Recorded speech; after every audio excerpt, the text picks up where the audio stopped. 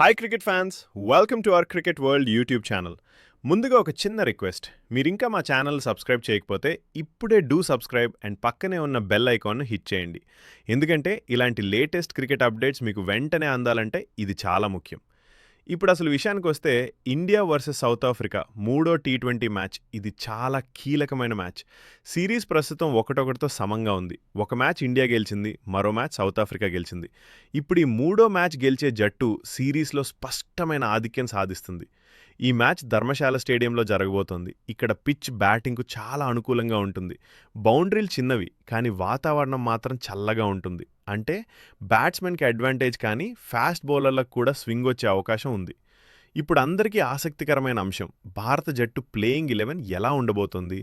ఈ మ్యాచ్లో భారత్ అదే స్ట్రాంగ్ టీంతో కొనసాగే అవకాశం ఉంది.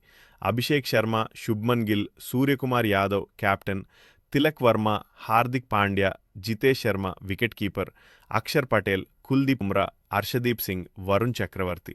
ఈ జట్టులో బ్యాటింగ్ కూడా స్ట్రాంగ్ ఉంది, బౌలింగ్ కూడా బ్యాలెన్స్గా ఉంది.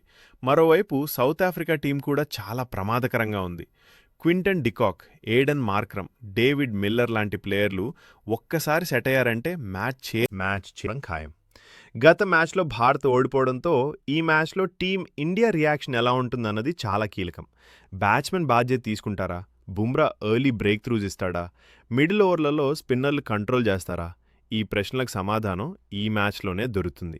ఇప్పుడు మీ వంతు కామెంట్స్లో చెప్పండి, ఈ మ్యాచ్ ఎవరు గెలుస్తారు? మీ మ్యాన్ ఆఫ్ ది మ్యాచ్ ఎవరు?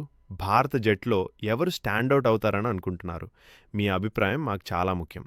ఇలాంటి detail cricket previews, match analysis మరియు లేటెస్ట్ అప్డేట్స్ కోసం క్రికెట్ వరల్డ్ యూట్యూబ్ ఛానల్ను తప్పకుండా సబ్స్క్రైబ్ చేయండి. బెల్ ఐకాన్ హిట్ చేయండి.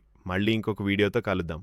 Until then, keep loving cricket, keep supporting team India.